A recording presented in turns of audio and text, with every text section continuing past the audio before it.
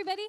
So, quick question. By a show of hands, how many of you are learning about our organization tonight for the first time? That's amazing. Yay, that's so great. Well, welcome. Thank you for being here. We're really excited to share this evening with you. What's unique about tonight is we have an amazing master artist who agreed to be here with us. Our students are going to get an opportunity to work with Benjamin.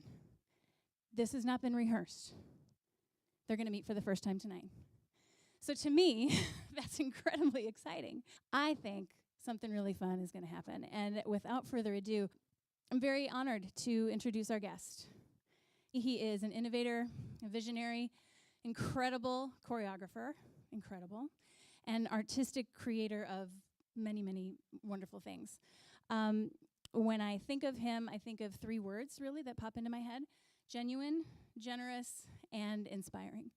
So, ladies and gentlemen, please welcome Benjamin Millepied. Thank you. Thank you. Thank you. Thank you. Good evening. Nice to see you. So I'll tell you a little bit about myself. So I've really been dancing as long as I've been walking. I was born in France, but I grew up in Senegal. And my mother was a modern dance teacher, and my father was a decathlete, though there was really a lot of music in my family because my father played several instruments, and my whole father's side of the family were either musicians or singers, and my brothers are musicians and so forth. So I basically grew up with music and dance and sports. For me, dance was really dancing was directly linked to music. I had to move to music. I had to, I see my son today making, little paintings, finding, ways to be creative. My way was really to, put music on and dance. So it was really a source of joy, and, I felt it was a way that I could express myself and feel real, made me feel really great. I was lucky, I think, that I had this traditional dance, African dance and eventually modern dance, and really didn't come to ballet until much later, simply because there was no classes in my mother's school. But I think, I came to ballet at a time where it really interested me. I started to see, I started to see the American musicals, and I started to see Baryshnikov, and the first films from American Ballet Theater that I could, get my hands on, and the athletic, side of dancing was really, I was running track at the same time, and really kind of excited me, the idea of like mastering a discipline. So I started ballet really when I was 10 or 11, but really with this, I had done so much dancing before that this sense of this relationship to music and this sense of pleasure was really, was not broken by sometimes, ballet, if it's not taught properly, if it's not taught with this relationship to music and this sense of pleasure and movement quality and, how you respond to sound and everything can not be as I think, a great experience for children. It has to be, taught properly. And eventually, so I studied ballet and loved it, and eventually saw my first Balanchine ballets when I was 14 years old, on tape. And something about those works was sort of immediate. I thought, wow, like there's something is right here. Something feels right. There was this really incredible energy and musicality that I think really was the music, the fact that I had this whole music environment with dance in my family, and seeing those dances really resonated, even though I probably couldn't explain it with words at the time. I was, 12 years old, 13 years old. It felt like it was something that I wanted to do. Like, New York City ballets in New York, or American Ballet Theater. I probably didn't know at the time which was, which was which. But I eventually got to New York when I was 15 years old, and started to train at the School of American Ballet, and was absolutely blown away when I saw the first night of New York City Ballet, Lincoln Center.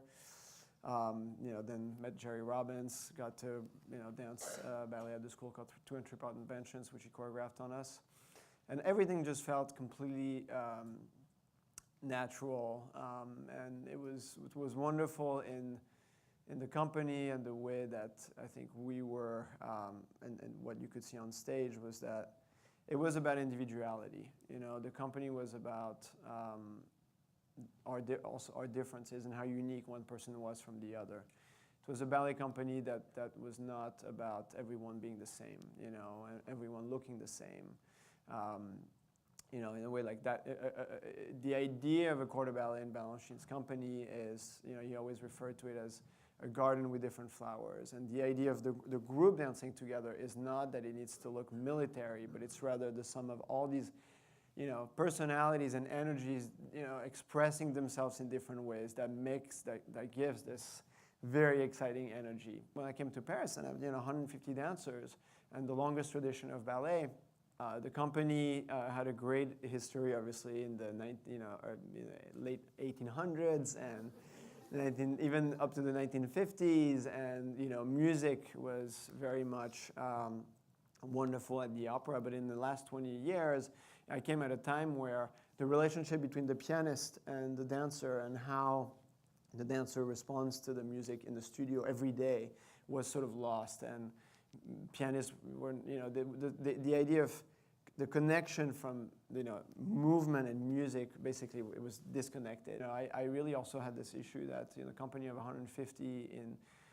Paris, you know, I understand that maybe it's the case in Russia, but I really couldn't think of running a company of 150 white dancers, essentially, you know, which in 2017. This issue with the opera was really a one that was not going to be fixable, you know, because I couldn't hire, I couldn't fire, I couldn't, you know, it was not going to be something that I would change. And it became clear to me, as I had spent enough time in the US and I knew what I could potentially do, that it was better to come back and spend my energy on you know, creating my own company here, which I had already started. And now that I've been back for, you know, really just 6 months, you know, it was absolutely the right thing to do, and you know, things are going incredibly well. You know, as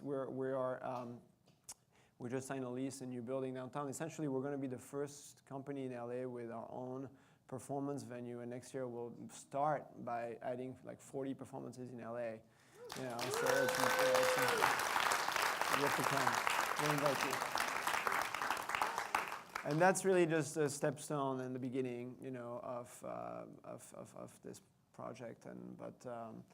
But you know, I think in a lifetime you have to make I had to make that choice. It's going to take some time to build, and you know, I think because of the time that we live in, which is complex for the performing arts, it's, you know, it's the fundraising model is, you know, pretty much broken if you're not outside of New York. It's difficult. It really, you have to kind of be inventive and, you know,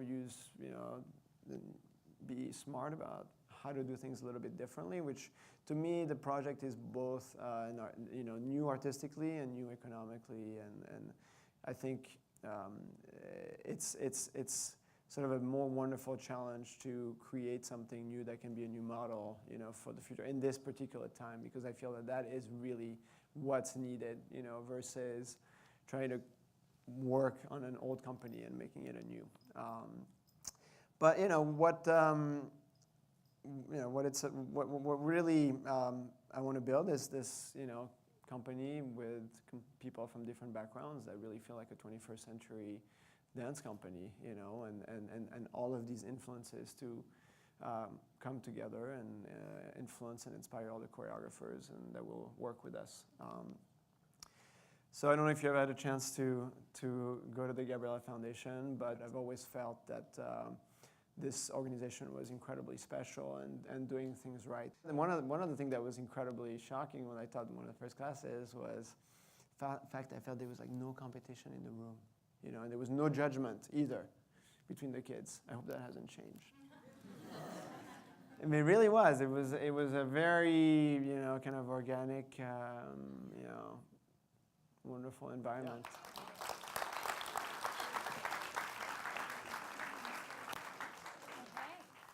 Okay, come up. See what we can do. And now they're gonna each add 4 counts. So we're just gonna build this dance together. Stay with our music, okay?